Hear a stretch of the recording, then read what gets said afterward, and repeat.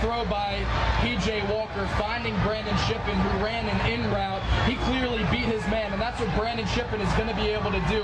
He has lights-out speed, but P.J. Walker, you got to give him all the credit in the world because he put that ball right on the money. Ball's out! Ball is out! Temple has it! Look at the big man run! Temple to the 20, the 10, the 5, touchdown! Avery Robinson! And the Temple Owls are up 20-7! And Temple is going to have an interception. And isn't it fitting it goes to number 1, the toughest player of the week, Tavon Young. Empty set, trips to the right. Roman Deloche, the big target spread out wide to the left. Walker going to call his own number on the right-hand side. P.J. Walker crosses the T for a Temple touchdown. Temple expands their lead, 30-7. 2-1, and that game is over. The Owls soar late into the night. Matt Rhule and the Temple Owls rule game 1 of the 2014 college football season and defeat the Vanderbilt Commodores by a score of 37-7. What a game.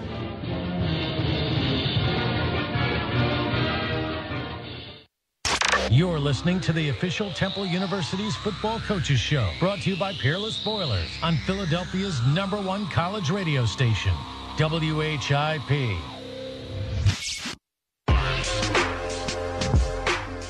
That's us, Philly's #1 college radio station, WHIP. It's 11:30 on a Thursday. That means one thing. It's time for the official Temple University Football Coaches Show, brought to you by the fine folks at Peerless Boilers. Peerless builds America's best boilers. Last week, Temple went down south. SEC football knocked off the Vanderbilt Commodores by a score of 37-7. This week, they welcome in Navy as they stand 1-0. So let's go out to Edward Olson Hall right now and welcome in the head football coach of the Temple Owls, and that's Matt Rhule. Coach Zach Gelb, Chase Sr., how are you?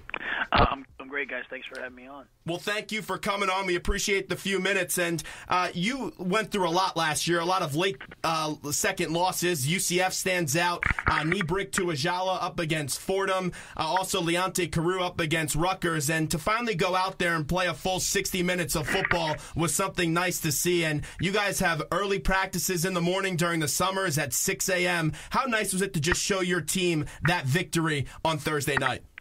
Well, it was obviously a great, start for us. I was really excited for the kids. They've worked really hard. That was something that was earned. They put the time in. They've really done it since the Memphis game, and so I was glad that they had a little bit of a tangible result that they could hang their hat on.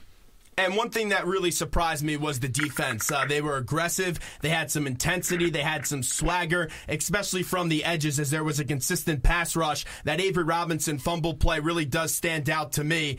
When you take a look at it last year, the offense started to develop an identity with the pro spread, and there was excitement on the offensive side of the ball, and the defense was still a work in progress. When you and Phil Snow sat down this offseason, what did you want the identity of this defense to look like? I think the great thing about Coach Snow is he's just been consistent from the very beginning. We wanted guys on our defense that would play really hard, would try to get the ball out, would limit big plays, and would just fly around and play Temple defense. And so, I was pleased at the end of last year, that Memphis game, even really the week before UConn. I felt like we were starting to get it, and they've worked. So they have a heck of a challenge on Saturday against Navy, completely changing what we do defensively to deal with them. But I think our kids have bought into playing hard, flying around, and representing Temple the right way. Temple head football coach Matt Rhule joins us right now on the main event, WHIP, Philly's #1 college radio station. Coach, it's Chase. Thanks so much for joining us. Can you just take us through your emotions when it became more and more apparent that Temple was going to take down Vanderbilt? Because this is arguably the biggest win of your coaching career up to date. Yeah, I just wanted to make sure all the kids got in the game that that traveled. I think there was 2 kids we held out. I think we traveled 71 kids. I wanted to make sure everyone got in the game. Like I said, that was a team effort. It was a nice moment for those kids. And as I told those guys, all of us coaches, we've played, we've coached, we've had a lot of big wins. But for the players, it's about them. It's about them experiencing that moment. So I wanted to make sure everyone got in the game and had a chance to be on that field. And then about an hour after it was done, I was ready to get going on Navy. Since being tabbed head coach 2 Decembers ago, you've had some success with players changing positions. Cody Booth and Chris Coyer last year, Brandon Shippen, Nate Hairston, and Jihad Thomas this year, all of whom played a big role in that 37-7 victory over the Commodores. How do you identify those players being able to maybe switch sides of the ball or switch positions and then extract their talents so that they can be successful on the football field? I think that's part of our job. I mean, we're going to constantly try to improve our roster by recruiting, but we also want to not only develop our players but put them in the right position. And so, I think as you watch a player, you see what they can do, you see their strengths, you see their weaknesses, and we don't like to talk about players' weaknesses when it comes to what their role is going to be. We want to find their strengths. So, a lot of those guys, as you mentioned, they had a lot of strengths, and we thought, they could really help the team and help themselves by making that move. And, those kids have embraced it, and they've run with it, and usually they have success with it.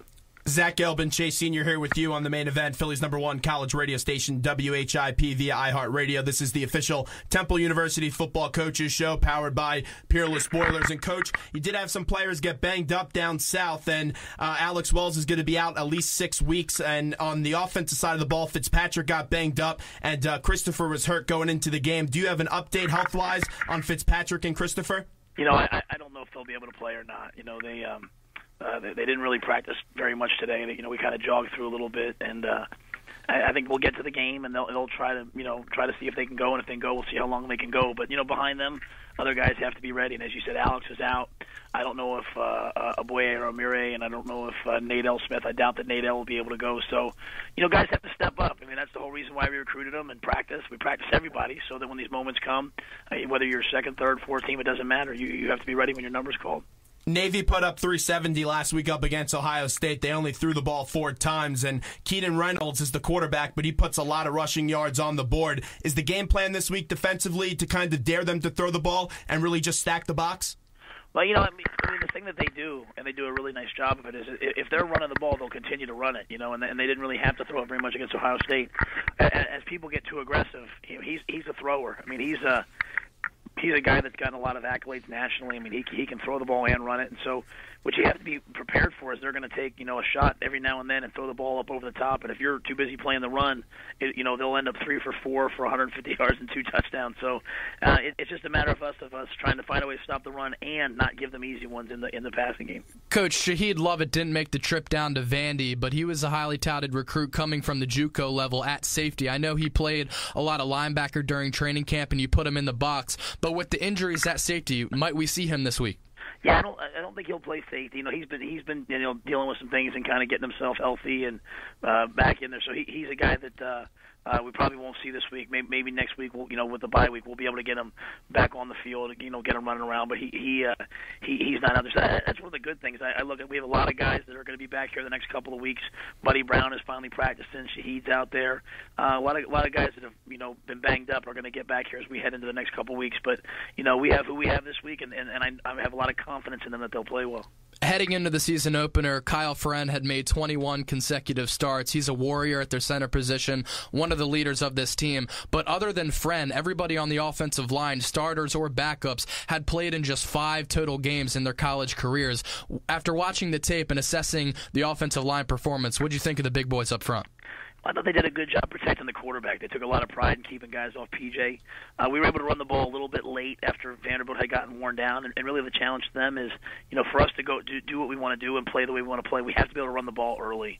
We have to take a lot of pride in the guy that we're blocking not making the tackle, and that's the next step for us. We didn't do that at a high enough level against Vanderbilt, and if we want to win, we have to get a physical run game presence from that group. You have a lot of running backs. It's a running back by committee from what it looks like. Kenny Harper got some touches. Jamie Gilmore. Jihad Thomas looks like he has a bright future for this team. Zaire Williams didn't get into the game until later on. Could we see Zaire a little bit earlier this week, or is he going to continue to be 4th on the depth chart? I think right now he's kind of where he is. I mean, he's working to get back. I mean, he missed a pretty good amount of camp. Dealing with some injuries. So he's got a tremendous future. He's going to have a lot of success But right now, he's just kind of working his way back, and it takes game reps, takes practice reps to get yourself ready for the games, and he's trying to get those right now. Final one with Coach Matt Rhule on the Temple University Football Coaches Show on WHIP Radio. Let's get to your quarterback real quickly. And P.J. Walker had a good year, number one. Lost one of his favorite targets in Robbie Anderson in the offseason, but he looked confident in SEC in a stage up against Vanderbilt, especially late in that first half when he hit Jalen Fitzpatrick on that screen pass, and he was real confident on that field. And he had an eventful offseason going to the Peyton Manning Passing Academy and working hard here at Temple University. What's one thing that you wanted to stress to your quarterback in the offseason? Well, I think that, PJ's a worker. I think the biggest thing we wanted him to do is just work on making good decisions, I mean, if we don't turn the ball over, we'll win a lot of games, You're not going to win the game on every play, but you can lose it. So, I think he did a really good job in that game of not trying to force things, not trying to make the big play, getting the ball to his playmakers, letting them go run with the football. I don't know how many different guys touched the ball, but I know it was a lot. I think it was 8 or so. And so, that's what we want him to do. We want him just to take what's given to him, run the offense, and when the time comes, he'll naturally make a play. He's got that, inherent ability, but protect the ball. Coach, we look forward to talking to you throughout the season. We'll see you out on Saturday up against Navy, 1 o'clock at Lincoln Financial Field. Thanks for a few minutes and good luck. All right, guys. Thank you so much. Thanks, Coach. Coach Matt Rhule right there on the Temple University Football Coaches Show. And let me remind you, my friends at Peerless Boilers want to remind you to replace that beast in your basement with an American-made Energy Star certified Peerless boiler. Peerless is the world leader in 90% plus efficient boilers, like the Peerless Purifier, the most thoroughly tested high-efficiency boiler in the world. You know the deal by now. Go green, get green, save green, and put all that energy cost savings back where it belongs, in your pocket. Check out the brand new WB90 high-efficiency oil-fired boiler. Visit PeerlessBoilers.com for a dealer nearest you. And remember, Peerless builds America's best boilers. So Pete Morgan is going to sponsor the official Temple University Football Coaches Show and our good friends at Peerless Boilers all year long. Right now, the time on WHIP is 11:40. We'll take a quick break, and when we get back, we have the AFC playoff teams. We have the NFC playoff teams. We'll tell you who will get to the Super Bowl this year, coming up next.